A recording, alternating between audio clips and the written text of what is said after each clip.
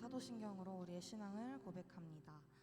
전능하사 천지를 만드신 하나님 아버지를 내가 믿사오며 그 외아들 우리 주 예수 그리스도를 믿사오니 이는 성령으로 잉태하사 동정녀 마리아에게 나시고 본디오 빌라도에게 고난을 받으사 십자가에 못 박혀 죽으시고 장사한 지 사흘 만에 죽은 자 가운데서 다시 살아나시며 하늘에 오르사 전능하신 하나님 우편에 앉아 계시다가 저리로서 산자와 죽은 자를 심판하러 오시리라. 성령을 믿사오며 거룩한 공예와 성도가 서로 교통하는 것과 죄를 사하여 주시는 것과 몸이 다시 사는 것과 영원히 사는 것을 믿사옵나이다. 아멘. 할렐루야. 우리 다시 한번 아멘으로 화답합시다. 할렐루야. 네, 오늘 예배 나오신 여러분들을 진심으로 환영하고 축복합니다. 우리 옆 사람 바라보면서 한번 같이 인사하셨으면 좋겠는데요. 이렇게 한번 인사합시다. 하나님이 당신을 기다리고 계셨습니다. 하나님이 당신을 기다리고 계셨습니다. 우리 다시 한 번만 인사합시다. 이제 눈 안 마주친 다른 분들에게 이렇게 인사합시다. 오늘 우리 하나님께만 집중합시다. 오늘 우리 하나님께만 집중합시다. 우리가 오늘 습관처럼 기대 없이 나온 예배일지 모르겠습니다. 하지만 하나님께서는 우리의 예배 장소에 먼저 오셔서 우리를 기다리고 계시는 줄 믿습니다. 예배를 시작하면서 우리가 함께 처음으로 부를 찬양은 러브레터라는 제목의 찬양이에요. 우리가 처음 부르는 찬양이지만 함께 묵상하는 마음으로 하나님께서 나를 향한 러브레터라고 생각하시면서 같이 찬양하셨으면 좋겠습니다. 찬양합시다.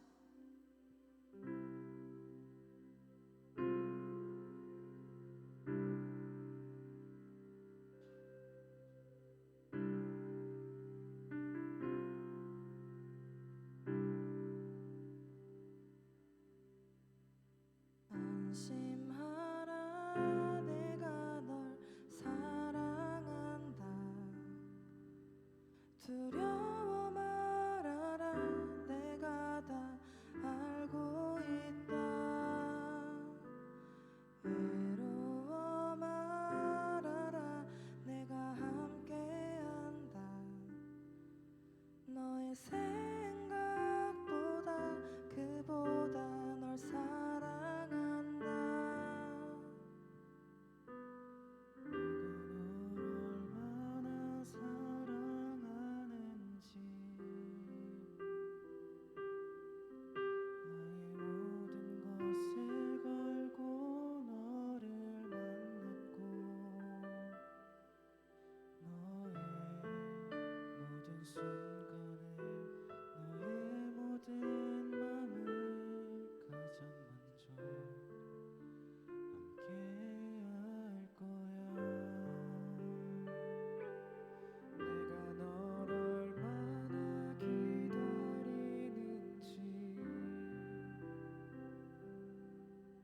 나의 모든 것을 걸고 너를 얻었고 너의 작은 신음도 작은 웃음에도 가장 먼저 날 찾을 거야 내 사랑아.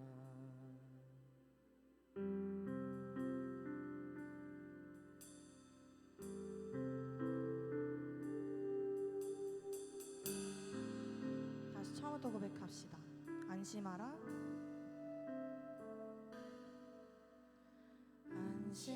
안심하라 내가 널 사랑한다. 두려워 말아라 내가 다 알고 있다. 외로워 말아라 내가 함께한다. 너의 생각보다 그보다 널 사랑한다. 내가 널 얼마나 사랑하는지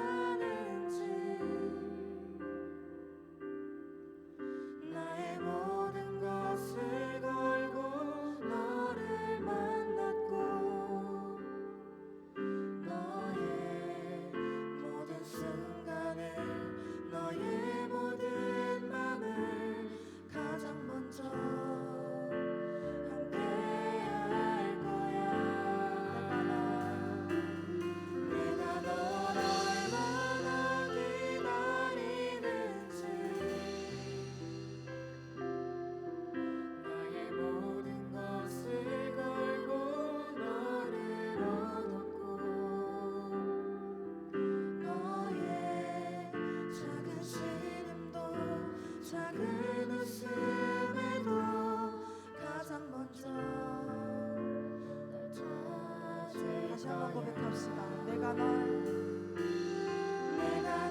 얼마나 사랑하는지 나의 모든 것을 걸고 너를 만났고 너의 모든 순간을 너의 모든 맘을 가장 먼저 함께 할 거야. 내가 널 얼마나 기다리는지 나의 모든 것을 걸고 너를 얻었고 너의 작은 신음도 작은 웃음에도 가장 먼저 널 찾을 거야. 안심하라 안심하라 내가 널 사랑한다. 두려워 말아라 내가 다 알고 있다. 외로워 말아라 내가 함께한다. 너의 생각보다 그보다 널 사랑한다. 내 사랑아. 아멘. 우리와 함께 하시는 주님께 감사의 박수 올려드립시다. 다 같이 자리에서 일어나셔서 우리가 주님께 가까이 가겠다고 고백하며 기쁘게 찬양하며 나아갑시다.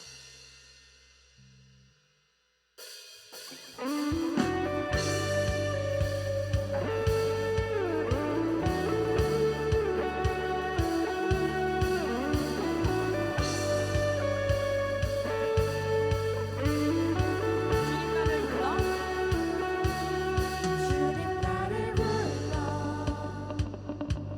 온전하다 하시네. 아무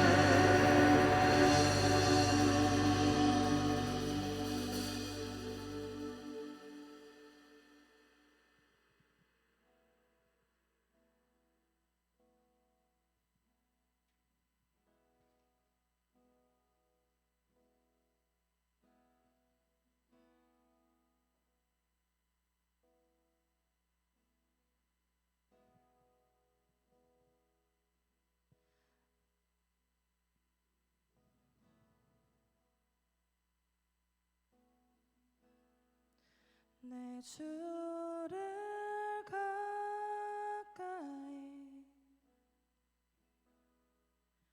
더욱 가까이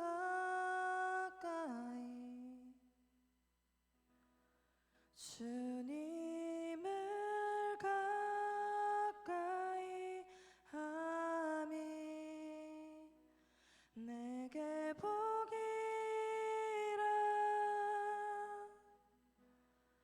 내 평생 소원은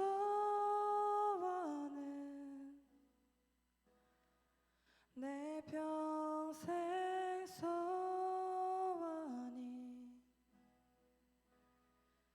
영원한 주의 나라 안에 사는 것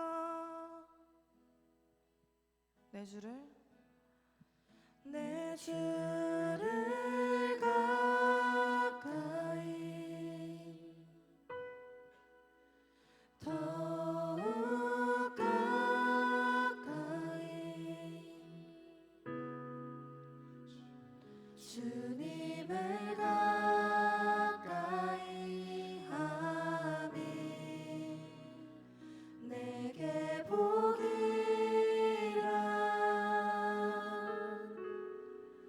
내 주를 가까이 더욱 가까이 주님을 가까이 함이 내게 복이라.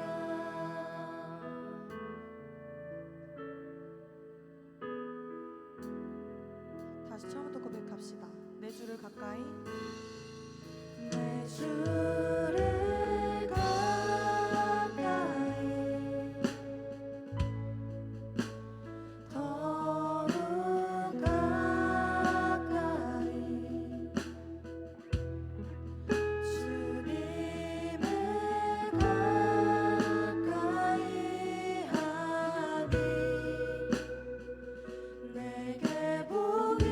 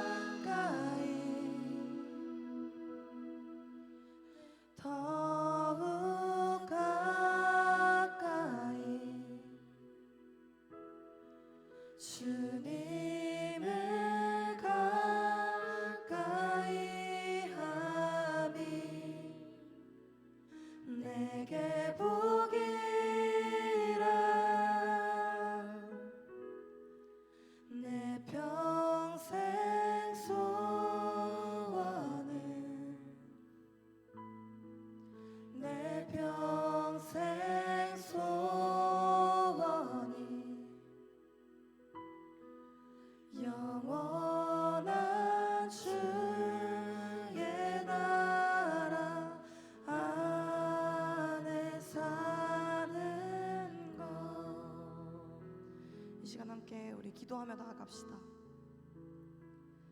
우리는 하나님이 내 인생의 주인임을 알면서도 나를 주인 삼아 혹은 다른 것들을 주인 삼아 살아갈 때가 참 많습니다. 하나님이 아닌 다른 것들로 나를 채워가면서 내 안에 생기는 크고 작은 문제로 내가 고통받고 있을 때 하나님께서는 나에게 가까이 오라고, 다른 것이 아니라 내가 정답이라고 하십니다. 오늘의 예배 가운데 우리가 주님 앞에 가까이 가는 예배가 되기를 소망합니다.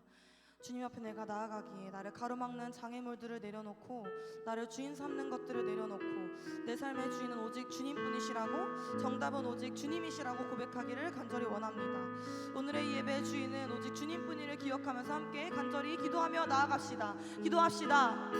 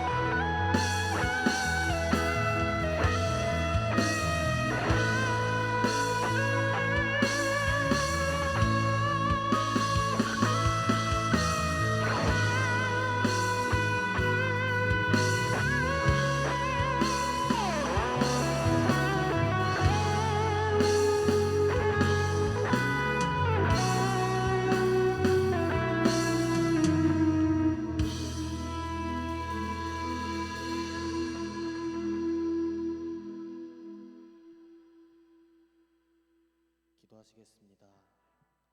사랑과 은혜가 많으신 하나님 아버지, 오늘도 우리를 다시 예배의 자리로 인도해 주시니 감사합니다. 이 자리에서 예배하는 것도 오직 하나님 한 분을 높이기 위해 모인 것을 우리가 알게 하시고, 오늘 예배가 하나님이 기쁘시게 받으시는 예배가 되기를 원합니다. 주님을 가까이 하는 것이 우리에게 복임을 우리가 알게 해주세요. 한 주를 돌아보았을 때 우리는 하나님을 잊고 살 때가 너무나 많았습니다. 우리가 알고 지은 죄, 모르고 지은 죄를 회개합니다. 우리 죄를 용서해 주세요. 또 오늘 예배에 나오지 못한 지체들을 위해서 기도합니다. 몸이 좋지 않아서 나오지 못한 사람들의 건강을 지켜주시고, 마음이 어려워 나오지 못한 지체가 있다면 그들에게도 찾아가 주셔서 위로해 주옵소서. 또한 군에서 복무하는 지체들을 위해 기도합니다. 추운 날 고생하고 있는 그들의 건강을 지켜주시고 믿음을 지켜주셔서 하나님 안에서 무사히 전역할 수 있는 은혜도 허락해 주세요.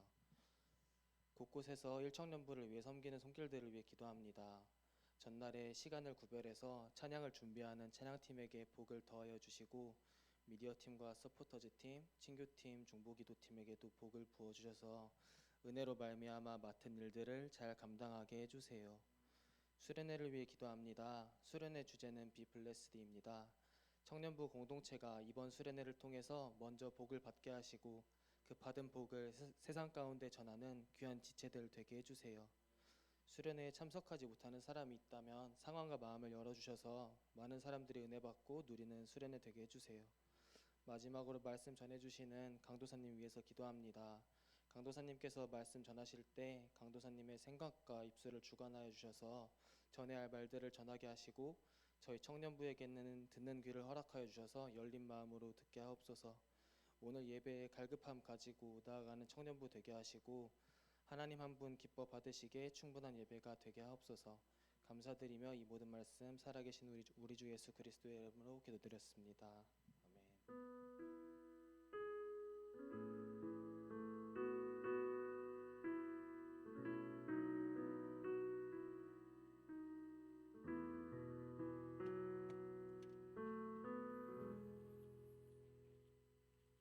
오늘 하나님이 우리에게 주시는 말씀은 갈라디아서 1장입니다. 갈라디아서 1장 같이 성경을 열어서 보겠습니다. 갈라디아서 1장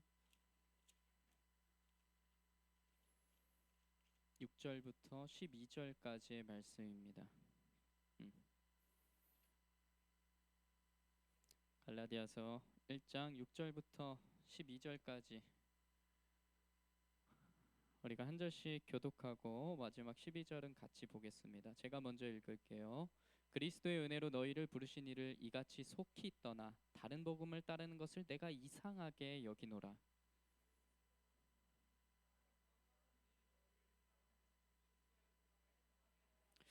그러나 우리나 혹은 하늘로부터 온 천사라도 우리가 너희에게 전한 복음 외에 다른 복음을 전하면 저주를 받을지어다.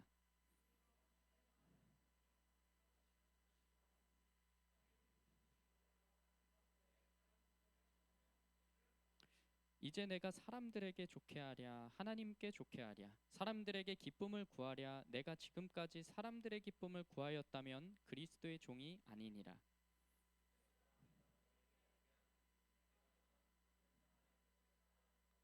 함께 읽겠습니다. 이는 내가 사람에게서 받은 것도 아니요 배운 것도 아니요 오직 예수 그리스도의 계시로 말미암은 것이라. 아멘. 이 시간 특송이 있습니다. 나와서 준비해 주세요.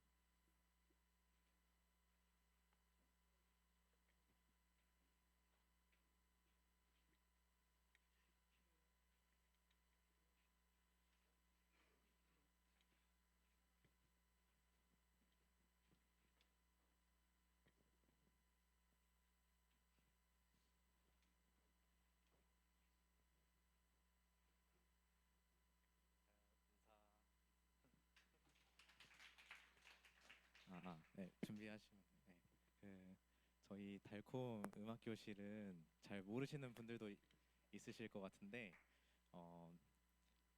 저희 이제 저랑 재준 선생님께서 이제 선생님이 되고 나머지 이렇게 학생이 되어가지고 지난 12월부터 지금 이제 올 1월까지 같이 이렇게 하게 됐고요. 이쪽으로 오세요. 네, 11월부터 이렇게 하게 됐고 마이크 드세요. 네. 처음이어서 그래요. 네.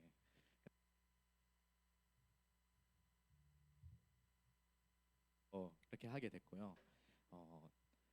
여러분들 혹시 악기를 배워보신 적이 있다면 아시겠지만 이게 3개월이면은 사실 그 음린입니다. 음린이 3개월이 그렇게 긴 시간이 아니에요. 생각보다. 그리고 당연히 실수할 수도 있고 틀릴 수도 있지만 우리가 이 시간 바라볼 때는 이렇게 이렇게 우리의 달란트를 사용하셔서 우리가 이렇게 나누게 하시고 그것으로 하나님께서 잘한다 칭찬해 주시는 그런 하나님의 시선으로 우리 이 시간 같이 찬양하면서 불러봤으면 좋겠습니다.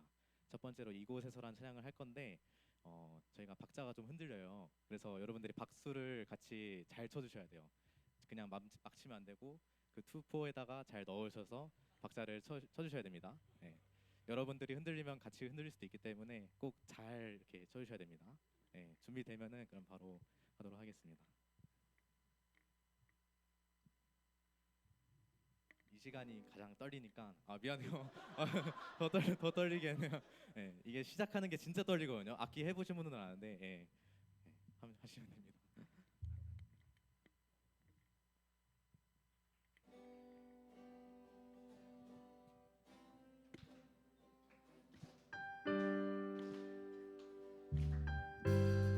모두 나와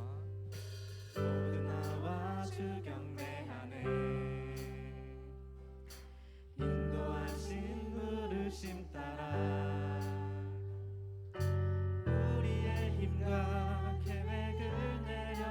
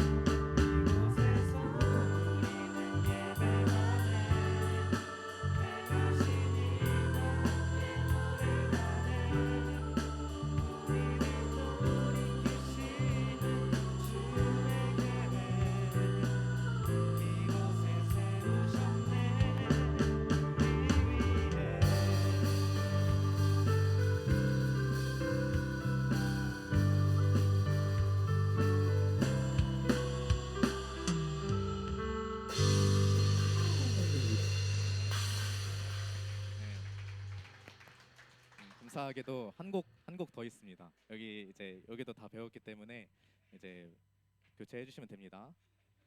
네.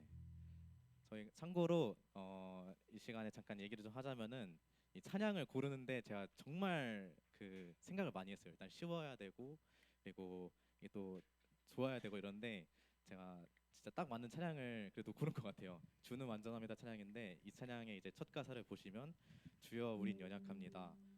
우린 오늘을 힘겨워합니다라는 가사가 있는데 아까 이제 악기 배우신 분도 알겠지만 이 하루 연습한다는 게 굉장히 힘듭니다. 그래서 사실 3개월 동안 안 때려치고 이렇게 여기 온 것만 해도 되게 대단한 건데 그래도 너무 잘하죠. 예. 한 번도 쳐본 적 없는 사람들도 많이 있었는데 특히 우리 이현이랑 드러머 다 처음 이 스틱을 잡아본 사람들인데 이렇게 너무 잘해주시는 것 같아요. 그래서 우리 이 찬양 마지막으로 할 건데 같이 또 불렀으면 좋겠습니다. 이번에 박수 치면 안 돼요. 네. 네. 이번에는 이내가 시작할 건데 잘 준비되면 시작하시면 됩니다.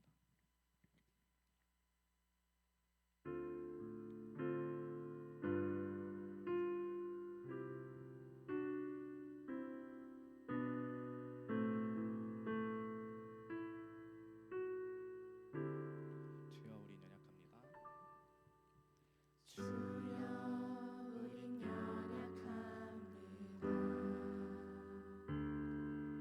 우린 연약합니다. 우린 오늘을 힘겨워합니다. 주 뜻 이루며 살기에 부족합니다. 우린 연약합니다. 주여 우린 넘어집니다. 오늘 하루 또 실수합니다.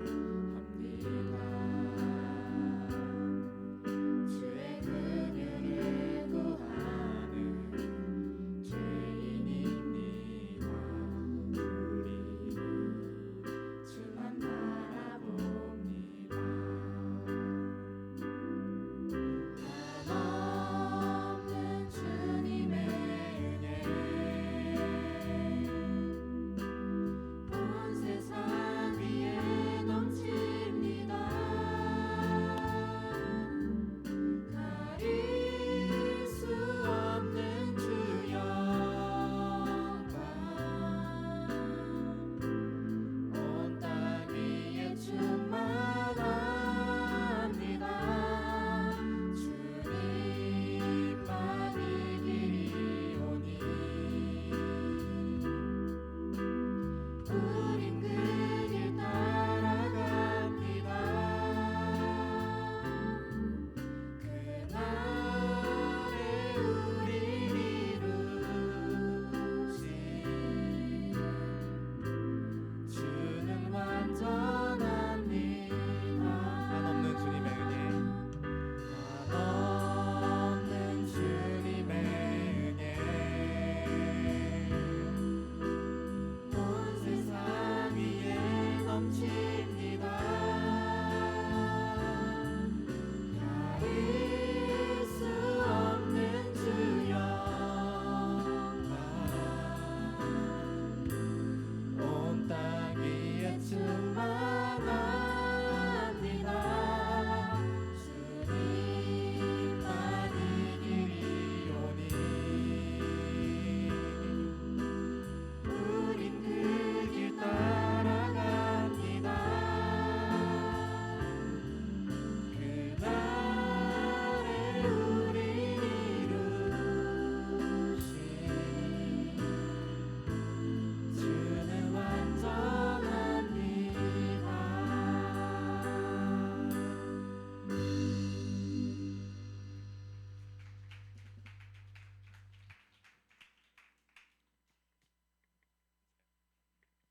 차렷 인사.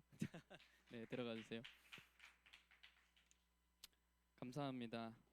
우리 너무 수고한 우리 달콤 음악 교실 우리 귀한 청년들 다시 한번 박수로 우리 또 위로하고 격려하고 영광 돌리겠습니다. 제가 잠시 기도하겠습니다. 하나님 감사합니다. 오늘 이렇게 주님 앞에 모였습니다. 이렇게 귀한 찬양으로 준비한 우리 달콤 음악 교실 귀한 청년들 한 사람 한 사람 머리 위에 하나님의 은혜와 사랑을 베풀어 주시고 이스라엘의 찬양 중에 거하신다 하신 그 주님의 그 음성이 또한 이 자리 가운데 임한 줄 믿습니다. 주님이 귀한 찬양을 통하여 주님께서 영광 받아 주시고 정말 이 작은 손길을 통하여 주님께 영광 올려드리는 이 귀한 우리 청년의 공동체 위에 하나님의 사랑과 긍휼을 이 시간 베풀어 주옵소서. 주님이 이제 말씀을 듣습니다. 말씀을 전하는 자나 듣는 자 모두가 한 성령 안에서 교통하고 교제하는 귀한 시간이 되게 하여 주시고 전하는 자 듣는 자 모두가 말씀 안에서 은혜를 누리는 귀한 시간 되도록 인도하여 주옵소서. 감사드리며 우리 주 예수님의 이름으로 기도합니다. 아멘. 반갑습니다. 오늘은 우리가 같이 봉독한 이 갈라디아서 1장의 말씀을 가지고 다른 복음은 없나니라는 제목으로 은혜를 좀 나누도록 하겠습니다. 이 갈라디아서를 좀 잘 알고 있나요? 이 갈라디아서는 종교개혁자였던 그 마르틴 루터가 굉장히 사랑했던 서신입니다. 뭐라고 이야기했냐면 나는 이 갈라디아 서신과 약혼했다 이렇게 이야기할 정도로 나의 카티폰 보라다 이렇게 얘기했거든요. 이 카티폰 보라가 그 마틴 루터의 그거였습니다. 뭐죠? 아내였습니다. 아내. 그래서 본인의 아내의 이름을 이야기할 정도로 그만큼 이 갈라디아서를 굉장히 사랑하는 사람이었어요. 그래서 총 몇 장까지 있냐면 여러분들이 빠르게 한번 살짝 보시면 총 6장까지 이루어진 서신인데 그러니까 바울 서신들 중에서는 비교적 짧은 편에 속합니다. 6장으로 되어 있으니까요. 그렇지만 그 내용은 그리 간단하지 않습니다. 바울 서신 중에서 교리 서신이 딱 2개가 있는데 뭐랑 로마서와 그리고 나머지 하나가 바로 이 갈라디아서입니다. 그러니까 교리 서신이라는 것이 무엇이냐면 그러니까 바울 서신들 가운데 기독교의 교리, 그러니까 복음에 대해서 굉장히 잘 설명해 놓은 책이 있는데 그게 로마서와 그리고 우리가 보게 되는 이 갈라디아서라는 겁니다. 그러니까 쉽게 말해서 갈라디아서는 복음에 대해서 굉장히 잘 전하고 있는 편지예요. 그런데 오늘 본문에서는 뭐라고 이야기했나요? 지금 갈라디아의 교인들에게 바울이 다른 복음은 없다. 이 이야기를 하고 있습니다. 다른 복음은 없다. 만약에 다른 복음을 전하는 자들이 있잖아. 그들 다 저주받을 거야. 이런 이야기를 하면서 굉장히 강한 어조로 엄포를 내고 막 화내고 막 이러고 있는 거예요. 왜냐하면 이 갈라디아 지역 안에는 이제 다른 복음을 전하는 사람들이 있었고 정말로 안타까운 것은 무엇이냐면 다른 복음이 딱 전해졌는데 이 다른 복음을 그 갈라디아 지역의 교인들이 받아들이는 거예요. 다. 진짜 그렇구나. 이런 식으로. 그러니까 바울이 그게 너무너무 답답해가지고 갈라디아에 있는 교회들을 향하여 다른 복음은 없다고 강조하면서 복음이 그러면 무엇인지에 대해서 다시 설명을 하고 있는 것입니다. 쉽게 이야기하면 이건 뭐냐면 복음의 재진술이에요. 뭐라고요? 복음의 재진술. 이게 너무너무 중요합니다. 복음의 재진술. 여러분 교회의 역사 안에서 가장 부흥의 시대로 불리던 시기가 있었는데 그게 한 18세기 정도 됩니다. 이때는 진짜 교회가 큰 부흥을 경험했던 때였고 조지 휘필드나 아니면 조나단 에드워즈 같은 굉장히 훌륭한 설교자들이 많이 있었던 그런 시대였습니다. 그런데 이 시대의 교회들이 어떻게 부흥을 경험할 수 있었는지 아시나요?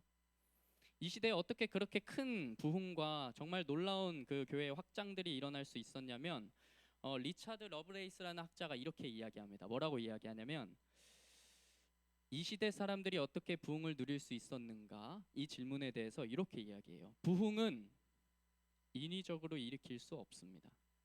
그러나 부흥을 경험한 시대들이 공통점이 하나 있는데 그것은 바로 잊혀진 복음의 진리, 곧 오직 예수 그리스도를 믿음으로 말미암아 구원받는다는 이신칭의의 교리가 재발견되거나 재진술되기 시작한 것입니다.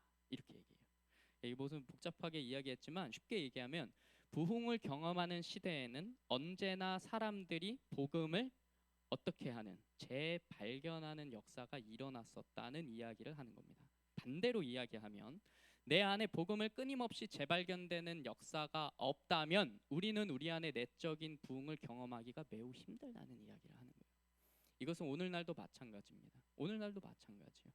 내 안에 내적인 부흥, 영적인 성장, 신앙의 성숙, 회복, 그것은 모두 내 안에 복음이 날마다 새롭게 재진술될 때 나타난다는 이야기를 하는 것입니다. 말씀이 흐르지 않으면 물이 고여 있으면 썩어지는 것처럼 내 안에 말씀이 끊임없이 흐르지 않으면 고여서 썩어가는 거예요. 그곳에 생명이 있는 것이 아니라 영적인 침체가 일어나기 시작한다는 이야기를 하는 겁니다. 이것을 교회의 역사가 보여주는 거예요. 그리고 뿐만 아니라 성경의 역사 또한 이것을 반증합니다. 그렇기 때문에 우리는 늘 어디 앞에 있어야 되는 걸까요? 말씀 앞에 서 있어야 되는 거예요. 복음 앞에 서 있어야 되는 것입니다. 일주일에 한 번씩 이렇게라도 함께 모여서 우리가 말씀을 보고 복음을 듣고 그런 진리 안에서 거하는 이유가 바로 그런 것 때문에 그런 거예요. 이 부흥은 단순히 우리가 정말 복음의 진술을 날마다 내 안에서 재발견하고 재진술될 때 우리가 부흥을 경험하게 되는 것인데, 이 부흥은 단순히 외적인 부흥을 이야기하는 것은 아닙니다. 우리 내적인 부흥을 이야기하는 거예요. 우리가 살아난다는 이야기를 하는 겁니다.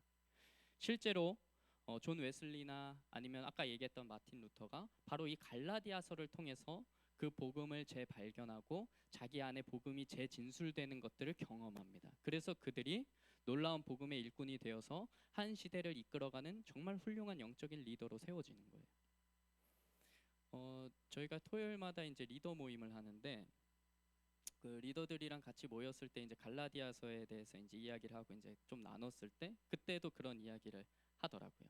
그러니까 갈라디아서가 본인의 신앙에 있어서 굉장히 정말 중요한 역할을 했던, 아주 결정적인 역할을 했던 책이었대요. 서신이었대요. 그래서 갈라디아서를 통해서 하나님의 은혜를 경험하고 그리스도를 만나게 되고 자신의 신앙 안에 복음이 쉽게 말하면 재진술되는 이 역사가 일어났다는 이야기를 하는 겁니다. 그 리더에게는 허락받고 이야기하는 거예요, 이 이야기. 그래서 정말로 우리 안에 저는 이 복음의 재진술의 역사가 날마다 일어나야 된다고 생각합니다. 그리고 저는 오늘의 이 예배가 여러분들에게 그러한 예배가 되었으면 좋겠고, 특별히 갈라디아서를 통해서 그러한 역사들이 우리 안에 정말 일어나기를, 영적인 부흥을 또한 발견하게 되기를 진심으로 축복합니다. 바울이 또한 그러한 마음으로 이 갈라디아서를 쓰고 있는 거예요. 이 갈라디아서가 아까 교리서신이라고 말씀을 드렸는데, 올바른 방식으로 교리를 이해한다는 것은 매우 중요합니다. 교리라고 이야기하면 뭔가 딱딱하죠. 그렇지 않나요? 뭔가 재미없잖아요, 교리라고 이야기하면. 사실 사람이라면 누구나 다 가지고 있는 것이 이 교리입니다. 꼭 믿는 사람뿐만 아니라 누구나 다 자기만의 교리가 있어요. 이게 뭔지 이제 제가 설명을 좀 드릴게요. 이 교리라는 단어가 무슨 말이냐면 원리, 원칙 뭐 이런 정도의 의미입니다. 뭐 도리, 이치 뭐 이런 정도의 의미예요. 그런데 이것을 조금 풀어서 이야기하자면 교리는 뭐냐면 개념화된 가치 판단의 기준이라고 이야기할 수 있습니다. 뭐라고요? 한번 따라해 볼까요? 개념화된 가치 판단의 기준. 다시 한번 따라해 볼게요. 개념화된 가치 판단의 기준. 이것이 교리입니다. 즉 간단히 이야기하면 교리에 따라 뭐가 결정된다는 걸까요? 나의 가치관이 결정된다는 이야기를 하는 거예요. 세계관이 결정된다는 이야기를 하는 겁니다. 그렇기 때문에 그러니까 우리가 누구나 다 자기만의 가치 판단의 기준을 가지고 살아가잖아요. 내가 무언가를 선택한다는 것은 내가 가진 기준 안에서 그것이 훨씬 더 가치 있다고 여겨지기 때문에 선택하는 것이잖아요. 사람들은 누구나 다 자기만의 기준을 가지고 살아갑니다. 그것이 교리 때문이라는 거예요. 그러니까 교리라는 것은 개념화된 가치 판단의 기준이기 때문에 누구나 다 자기만의 가치 판단의 기준을 가지고 있다는 것은 자기만의 교리를 가지고 있다는 말이랑 같은 말입니다. 다만 우리는 기독교의 교리를 믿는다는 것은 그렇기 때문에 무슨 말일까요? 기독교적인 세계관과 기독교적인 가치관을 따른다는 이야기를 하는 겁니다. 그래서 사람들은 다 자기만의 교리를 가지고 살아가는데, 그러니까 예를 들어서 우리는 이 교리를 잘 세워가는 게 굉장히 중요하겠죠. 예를 들어서 우리가 한 친구를 만났다고 생각해 봅시다. 여러분들이 정말 친한 친구를 만났는데 그 친구가 이런 이야기를 하는 거예요. 나 진짜 자살하고 싶다. 이런 이야기를 하는 거예요. 자신의 목숨을 끊고 싶어요. 그래서 나는 정말 쓰레기 같은 존재야. 나는 더 이상 이 세상을 살고 싶지 않아. 이렇게 이야기했을 때 여러분들은 그들에게 뭐라고 이야기하실 건가요? 뭐라고 이야기는 해줘야 될 거 아니에요, 그렇죠? 그냥 가만히 듣고 있진 않을 거 아닙니까? 그냥 가만히 듣고 있을 수가 없잖아요. 그런 이야기를 들었는데 누군가에게 알리든 아니면 무슨 말이라도 너무너무 해주고 싶을 텐데, 그럼 우리는 보통 이런 이야기를 하겠죠. 아니야, 그렇지 않아. 너의 목숨은 하찮지 않아. 넌 진짜 소중한 존재야 라고 이야기하겠죠. 근데 여러분의 이 이야기를 어떻게 입증할 수 있냐는 말입니다. 너가 진짜 소중한 존재라는 것을 소중하다고 느끼지 못하는 자에게 어떻게 입증해 줄 수 있냐는 거예요. 우리가 그 앞에서 해줄 수 있는 말은 거의 없죠. 기껏해야 이런 이야기를 하겠죠. 적어도 나에게는 소중해. 나에게는 진짜 너가 너무 소중해. 저 역시 이러한 상황들을 실제로 경험한 적이 있었을 때 제가 해줄 수 있는 이야기는 거기서 크게 벗어나진 못했어요. 근데 그 사람이 정말로 소중한 존재라는 것을, 그 사람이 정말로 이 땅 가운데서 있는 그대로 그냥 살아가기에도 충분히 가치 있는 사람이라는 것을 우리가 설명해 주기 위해서는 우리는 우리 안에 누구나 다 자기만의 교리와 가치관을 가지고 살아가야 된다는 이야기를 하는 겁니다. 내가 그 자에게 설명해 주고 입증할 수 있는 것은 내 안에 그러한 개념화된 가치 판단의 기준, 쉽게 말하면 내 안에 교리가 있지 않으면 이야기해 줄 수 없다는 거예요. 그 사람도 이해할 수 없고, 그냥 위로하고 공감해 주는 것이 물론 중요하죠. 그것이 가장 중요하지만 그 사람에게 가장 소중한 존재라는 것을 이야기해 주기 위해서 필요한 것이 바로 이 교리다라는 이야기를 하는 겁니다. 그래서 바울은 그들의 삶 가운데 부딪히는 여러 가지 문제들 앞에서 너희들이 바른 교리를 가지고 살아가기를 바라는 마음으로 지금 이 갈라디아 서신을 기록하고 있는 거예요. 교리 서신이라니까요. 교리 서신. 그래서 불안한 현실을 살아가는 그리스도인에게 외치는 바울의 서신이에요. 이 갈라디아서의 별명이 불안한 현실을 살아가는 그리스도인에게 외치는 바울의 편지. 그렇기 때문에 이 갈라디아서를 통해서 너희가 바른 복음, 바른 교리, 올바른 생각을 가지고 살아가라라는 이야기를 하는 것이고, 그렇기 때문에 다른 복음은 없는 거야, 다른 교리는 없는 거야, 이런 이야기를 지금 바울이 전하고 있는 겁니다.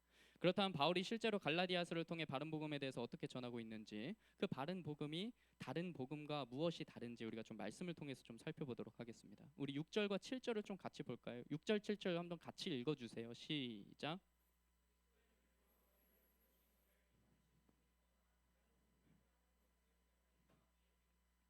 다른 복음은 없나니 다만 어떤 사람들이 너희를 교란하여 그리스도의 복음을 변하게 하려 함이라. 아멘. 자, 여기 보면 다른 복음이 나옵니다. 그런데 이 다른 복음의 특징이 뭐냐면 이렇게 이야기하죠. 다만 뭐라고 얘기하죠? 다만 어떤 사람들이 너희를 교란하여 그리스도의 복음을 어떻게 한대요?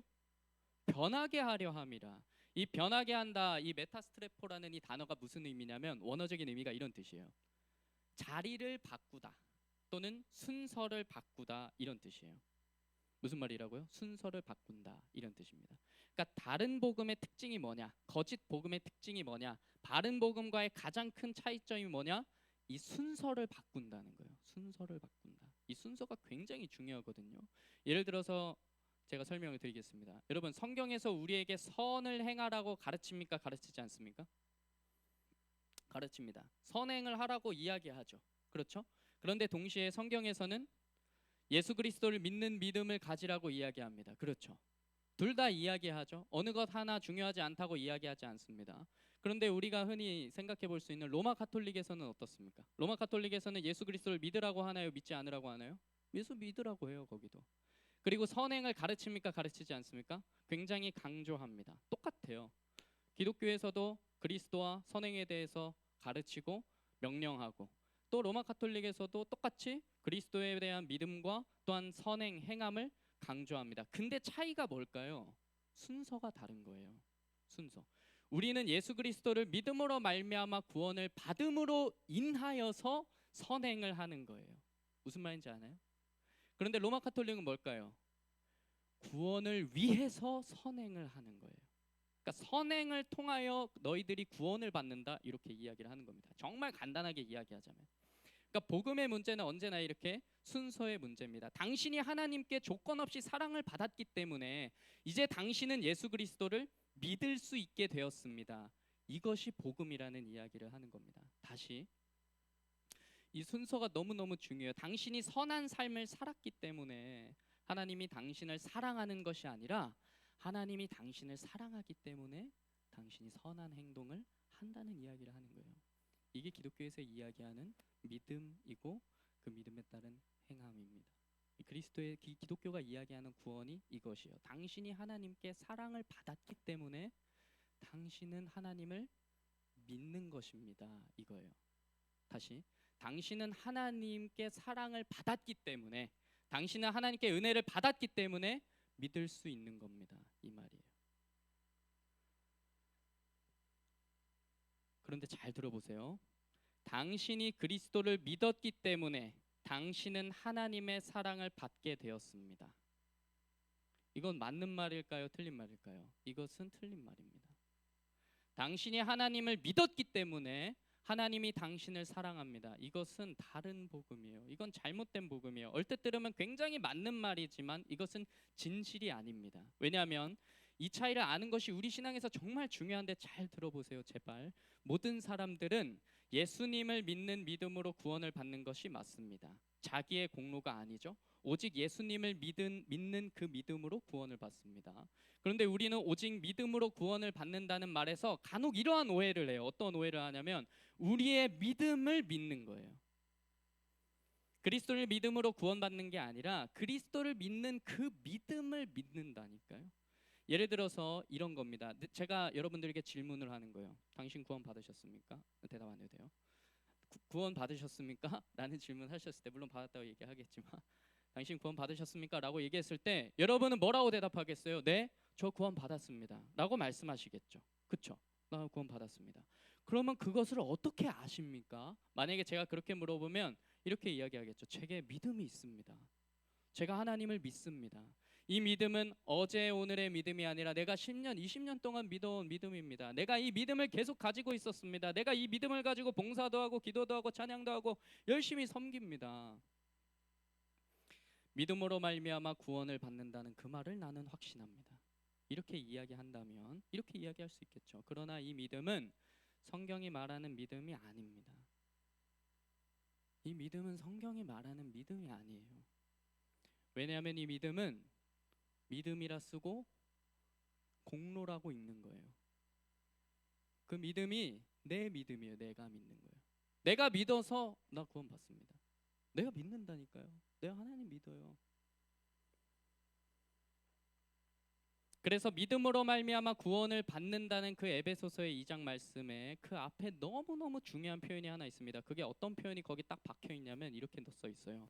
너희가 그 은혜를 인하여 믿음으로 말미암아 구원을 받았으니 이 믿음은 너에게서 난 것이 아니요 하나님의 선물이라. 그 앞에 뭐가 붙는다고요? 그 은혜를 인하여. 여기서도 이제 순서가 중요한 거죠. 은혜를 받았기에 믿는 거예요. 내가 믿었기 때문에 은혜를 받는 게 아니라 우리는 은혜를 받았기 때문에 믿는 겁니다. 여러분이 하나님을 믿는다는 것은 여러분이 하나님의 은혜를 받았다는 거예요. 여러분이 내가 하나님을 믿었기 때문에 은혜를 받는 게 아닙니다. 그건 내 공로라니까요. 하나님께 은혜를 받았기 때문에 우리는 하나님께 믿는 겁니다. 우리는 종종 오해하기를 우리의 믿음의 강도나 정도 때문에 구원을 받는 것이라고 생각합니다. 내가 정말 잘 믿으면, 내가 신실하게 믿는다면, 내가 믿음에서 떨어지지 않으면 구원을 받을 거라고 생각하죠. 그런데 아닙니다. 그렇지 않아요. 우리는 우리 믿음의 강도에 의해서 구원을 받는 것이 아니라 우리가 믿는 대상의 강도에 따라서 구원을 받는 겁니다. 무슨 말이냐면 우리는 우리의 믿음이 얼마나 강한지에 따라서 구원을 받는 게 아니라 내가 믿는 대상이 얼마나 강한지에 따라서 구원을 받는다는 이야기를 하는 겁니다. 이 사실이 갈라디아서에서 바울이 계속 이야기하는 거예요. 비유를 들어봅시다. 예를 들어 절벽과 절벽 사이, 지금 이 두 분단이 이렇게 떨어져 있는데 이 둘 사이에 이제 다리가 놓여져 있는 겁니다. 절벽과 절벽 사이를 잇는 다리를 가로질러서 건넌다고 했을 때 이 다리를 무사히 건널 수 있는 이유는 무엇인가요? 이 다리를 무사히 건널 때까지 다리가 무너지지 않는 이유가 무엇인가요? 내가 이 다리가 무너지지 않을 것이라고 믿었기 때문에 안 무너지는 건가요? 그렇지 않잖아요. 이 다리를 지은이가 유능해서 무너지지 않는 거죠. 이 다리가 튼튼하니까 무너지지 않는 거죠. 내가 그 다리를 건널 때 내 마음이 흔들리고 막 연약하여져서 불안하다고 해서 그 다리가 무너집니까? 우리의 믿음이 연약하고 흔들릴지언정 그 다리는 무너지지 않는 거예요. 즉 여기서도 순서가 중요한 거예요. 우리가 믿고 건너가기 때문에 그 다리가 튼튼해지는 게 아니라 그 다리가 튼튼하기 때문에 우리가 믿고 건너가는 겁니다. 저는 성경에서 예시를 찾는 것을 굉장히 좋아하는데 이런 겁니다. 출애굽하는 이스라엘 백성들 여러분 한번 생각해 보십시오. 이스라엘 백성들이 가나안 땅에 이제 애굽에서 나와서 그 수백만의 사람들이 그 가나안 땅을 향해 걸어갑니다. 그때 그들이 쭉 걸어가다가 눈앞에 홍해라는 넓은 바다를 만나게 돼요. 이제 눈앞이 막막해졌어요. 건너갈 수 없는 그 상황에. 근데 뒤를 돌아봤더니 애굽의 군대들이 막 자기네들 잡겠다고 막 쫓아오고 있는 거예요. 이 절체절명의 위기 가운데서 하나님께서 뭐라고 말씀하시냐면 이렇게 말씀하십니다.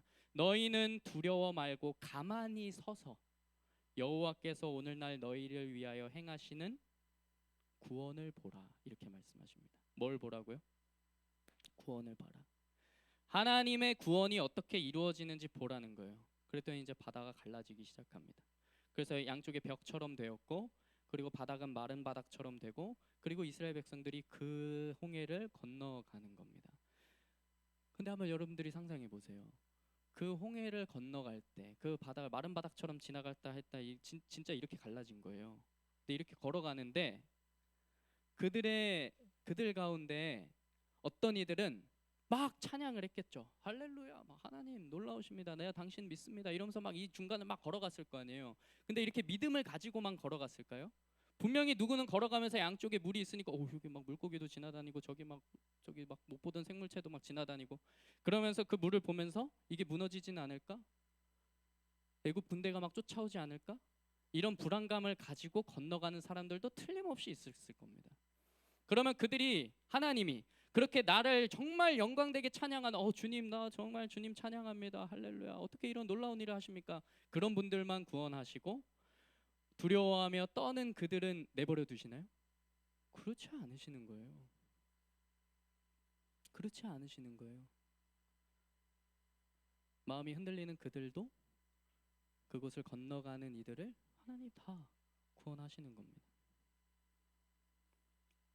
우리의 구원은 내가 가진 믿음의 정도가 아니라 그 믿음의 대상이 얼마나 튼튼하냐에 따라서 결정된다는 이야기를 하는 겁니다.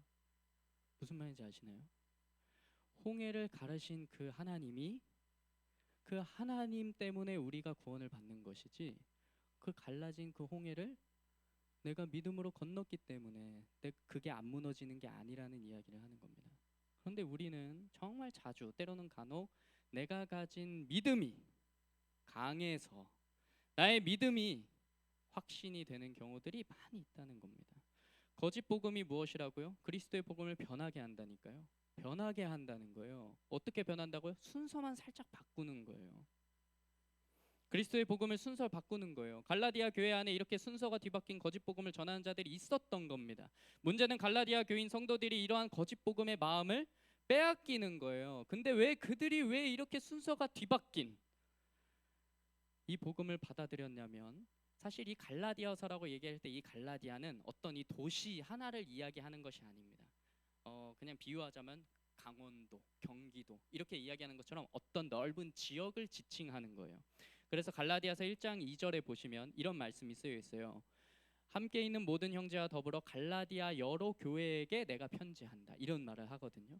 그러니까 그 넓은 갈라디아 지역에 있는 교회들에게 이제 바울이 편지를 쓰는데 그러니까 이게 어떤 특정한 한 교회의 문제가 아니라 그 갈라디아 지역 안에 있는 교회들 안에 그냥 편만하게 퍼져 있었던 아주 뿌리 깊은 문제였다라는 겁니다. 여러분 혹시 선교 가보셨어요? 선교? 이 가운데는 단기 선교 갔다 오신 분들도 계시겠지만 단기 선교를 가면 보통 오래 있지 않아요. 한 1, 2주 정도 있는데 이런 거예요. 바울의 사역이 어땠냐면 단기 선교를 갔어요. 갈라디아 지역에. 갔더니 그들이 막 복음을 열심히 받아들이는 거예요. 마음에 막 놀라운 일들이 벌어지는 거예요. 가가지고 조금밖에 안 섬겼는데 그들이 막 복음을 받아들이기 시작하면서 그들 안에서 막 예배하는 공동체가 생겨나면서 그들 안에 막 복음을 사모하는 움직임들이 막 일어나는 겁니다. 그래서 이 가운데 우리 와가지고 선교를 하는 그 선교팀에게 막 고마워하고 감사해하고 그들을 막 의지하고 막 이러는 거예요. 만약에 우리가 그런 선교팀이라면 우리의 마음이 어땠을까요? 너무너무 즐거웠겠죠. 그들을 바라보면서 야 어떻게 이런 놀라운 일이 일어날까. 그래서 그런 놀라움 가운데에서 감사함 가운데에서 다시 돌아오기가 너무너무 아쉬웠겠죠. 그러나 그들이 돌아온 겁니다. 돌아왔는데 한국에 돌아와서도 이제 계속 선교지에 대한 생각들이 떠올랐겠죠. 너무 큰 은혜를 경험했으니까 다시 가고 싶었겠죠. 그들의 소식이 너무 궁금했겠죠. 그렇게 들었던 그들의 소식을 어렵게 수소문해서 들었더니 그들이 말하기를 이렇게 얘기하는 거예요. 선교사님, 우리에게 전한 복음이 잘못된 거였다면서요. 우리에게 전한 복음 반쪽짜리라면서요. 당신 뭐 하고 가신 겁니까? 이런 이야기를 하기 시작하는 거예요. 그래서 이게 무슨 일이 벌어진 건가 하고 막 찾아봤더니 우리가 선교 사역을 하고 난 뒤에 뒤늦게 들어온 유대주의자들이 다른 복음을 확 전해버린 거예요. 근데 그들이 그 다른 복음을 듣고서는 뭐야 이거 틀렸네 이렇게 해야 되는데 그거를 받아들이는 거예요. 받아들이는 거예요.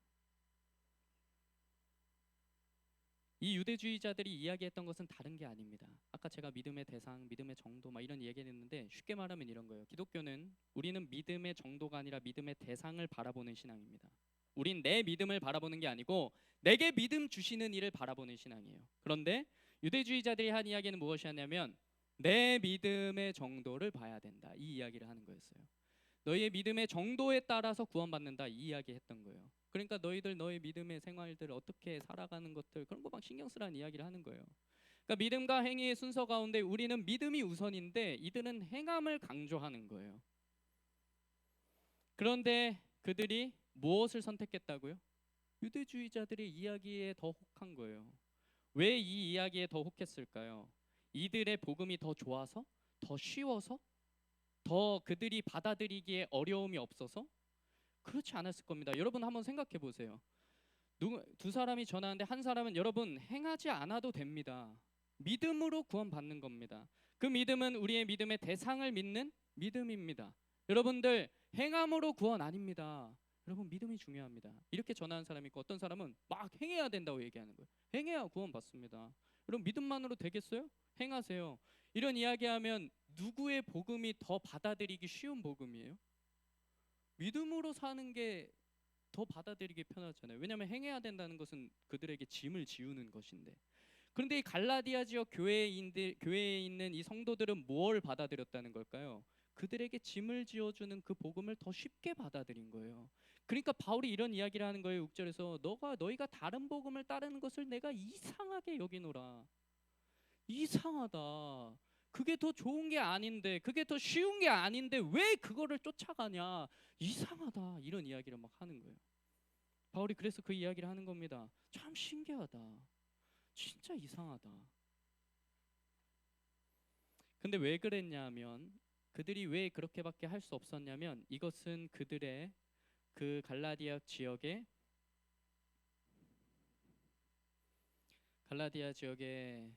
그때 당시에 배경을 이해를 해야 됩니다.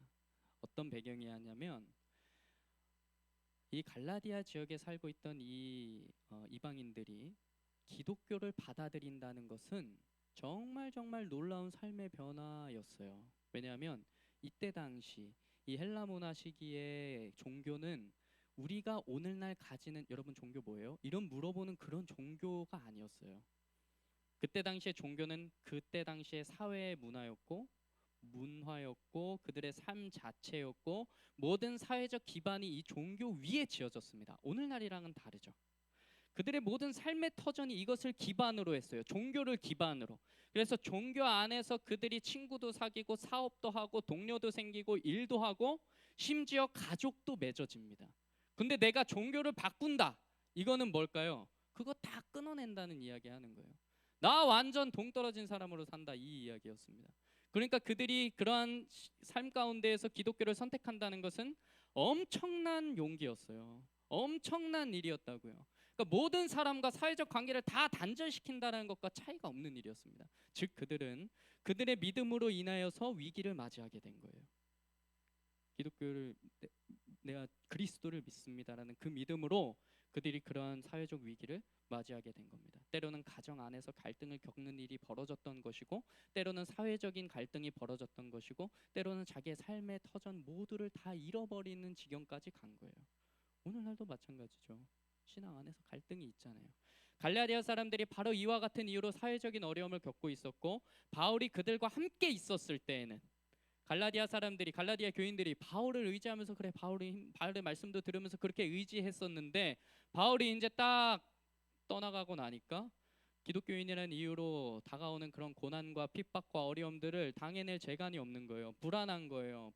마음이 자꾸 불편한 거예요. 너무 힘이 드는 거예요. 그 삶을 살아내기가.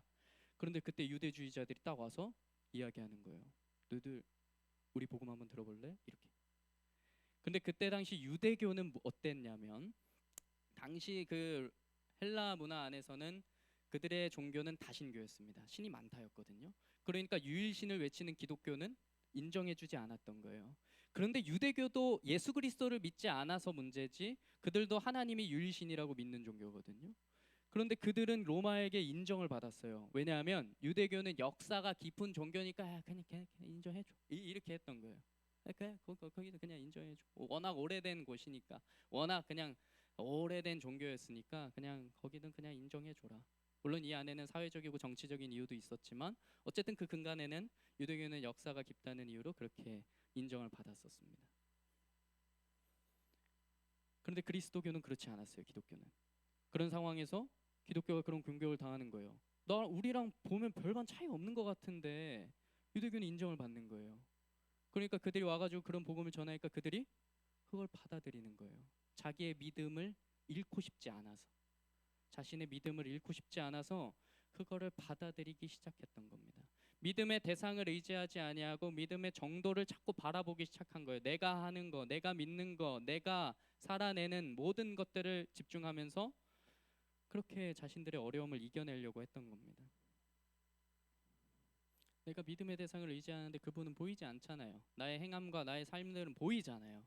그것을 이야기하잖아요. 유대주의자들이. 그러니까 그들이 그것을 따라서 행하면서 율법을 지키고 할례를 행하고 이런 일들을 받아들이기 시작한 겁니다. 그러니까 쉽게 말해서 아이러니하게도 그들은 그들의 믿음을 더욱 견고하기 위해서 할례와 율법을 받아들인 거예요. 자기의 이 신앙과 믿음을 지키기 위해서 잘못된 믿음을 받아들이기 시작한 거예요. 그러니까 바울이 이야기하는 거예요. 너희들 그거 다른 복음이야. 너희들이 몰라서 그거 받아들인 거야. 너희들이 모르니까 다른 복음을 받아들이는 거야. 내가 그렇게 전했는데 어떻게 그렇게 쉽게 홀라당 넘어가니? 내가 이상하게 여기노라. 천사가 전할지라도 내가 전한 복음 외에 다른 복음을 전하면 천사라도 저주받을 거야. 너희의 삶 때문에 복음을 포기하지 말아라. 너의 그 힘겨운 일들 때문에 복음이 틀렸다고 생각하지 말아라. 그렇게 이야기를 하고 있는 겁니다. 바울이. 우리 사랑하는 우리 청년의 공동체 여러분, 잠깐 저를 보세요. 사실 오늘날 우리 한국교회 신앙인들에게 매우 중요한 문제입니다. 왜냐하면 이 갈라디아 교인들은 갈라디아 교인들이 결국 자신들이 다른 복음을 따라갔던 이유가 자신의 믿음을 지키고 싶어서였거든요. 자신의 신앙을 지키고 싶어서 다른 복음을 따라갔던 거예요. 그들 안에 올바른 기준이 없다 보니까 그들이 다른 복음을 따라갔던 거예요. 개인의 양심의 문제 앞에서, 삶의 여러 가지 고민들 앞에서, 가정 안에서, 관계 안에서 수많은 고민들 속에서 믿음의 선한 싸움 앞에서 그들이 진정으로 봐야 될 것을 보지 못한 겁니다. 우리의 구원은, 우리의 믿음은, 우리의 신앙은 보이지 않는 그 하나님 믿음의 대상을 믿는 것인데 자꾸 믿음의 정도, 내가 가진 믿음의 양, 잘 믿는 거, 잘 사는 거, 그거에 관심을 갖다 보니까 그들의 믿음이 자꾸 흔들리고 어려운 거예요. 고린도후서 5장에서는 이렇게 이야기합니다. 우리는 보이는 것을 따라 살아가는 자들이 아니라 보이지 않는 것을 따라 사는 자들이다.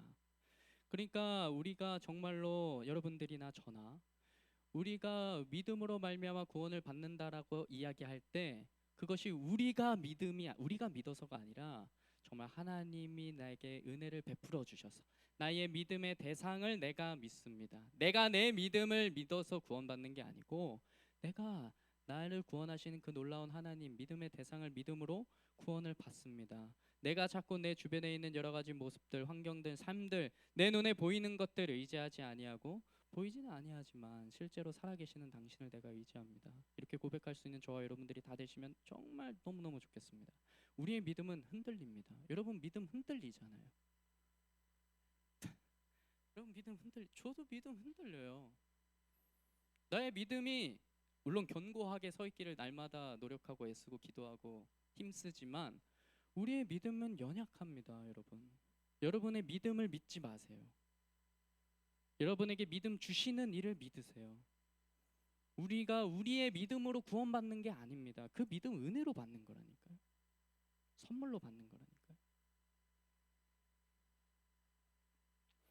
그래서 우리의 믿음은 때론 흔들릴지언정 나를 붙들고 계시는 그 하나님은 절대 흔들리지 않는다는 그 확신으로 우리는 구원을 받는 겁니다. 내가 그리스도를 믿는다는 것은 그 믿음이에요. 내가 그리스도를 믿는 그 믿음을 믿는 게 아니라 나의 믿음은 흔들리지만 나를 사랑하시고 구원하시겠다고 하신 그 놀라운 하나님의 약속, 내가 당신을 믿습니다. 내가 그 당신 그 약속을 믿습니다. 내가 당신을 믿는 이 믿음을 믿지 않습니다. 이러는 거예요. 그래서 빌립보서 2장에서도 두렵고 떨림으로 너희의 구원을 이루라고 이야기하는 겁니다. 너희가 두렵고 떨릴지언정 그 가운데서 구원을 이루어내라고 이야기하는 겁니다. 여러분들 일상을 살아가다 보면 두렵고 떨리는 일들이 얼마나 많습니까? 여러분의 믿음이 흔들리는 순간들이 얼마나 많아요. 그 가운데 오늘 갈라디아 교인들처럼 때로는 나의 믿음을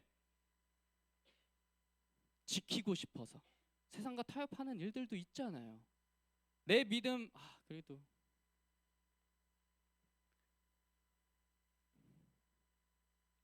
저는 정말로 여러분들이 정말 나의 믿음이 아니라 하나님이 내게 주신 그 믿음을 의지할 수 있는 사람들이 되었으면 좋겠습니다. 저는 여러분들 보면 자꾸 눈물이 나요. 정말 여러분들이 이 땅 가운데서 살아갈 때 앞으로 얼마나 삶 가운데서 많은 어려움들을 부딪히겠습니까? 그렇지 않아요? 사회 가운데 나가서 학교에서도 어디서든 사람들과 관계 맺는 모든 곳에서는 또 상처를 입잖아요. 그런 모든 삶 가운데서 자꾸 눈에 보이는 거, 내가 나에게 주어지는 것, 그런 것들을 의지하지 아니하시고 우리 갈라디아 교인들 보면 너무 가슴 아프지 않습니까? 그들 자기 믿음 지키고 싶어서 다른 것 쫓아갔던 사람들이에요. 근데 그들이 그렇게 다른 것들을 쫓아갔던 것은 바른 복음에 대한 기준이 없어서 그랬던 겁니다. 저는 그래서 정말로 여러분들이 바른 복음 안에서 믿음을 온전히 세워갈 수 있기를 진심으로 축복합니다. 로마서 10장 17절에서도 그래서 이렇게 얘기하는 거예요. 믿음은 들음에서 나며 들음은 그리스도의 말씀이니라. 말씀을 모르는데 어떻게 우리의 믿음의 기준을 세워갈 수 있겠습니까? 그래서 여러분들이 날마다 말씀을 사모하시며 말씀 안에서 하나님을 만나시고 또한 말씀 듣는 자리를 또한 사모하시고 말씀을 나누는 것을 즐겨하시고 그 가운데서 또한 하나님을 누리게 되시는, 그래서 정말로 나의 믿음을 의지하는 것이 아니라 내게 믿음 주시는 자를 의지하는, 이게 내게 능력 주시는 자 안에서 모든 것을 할 수 있다는 고백 아닙니까?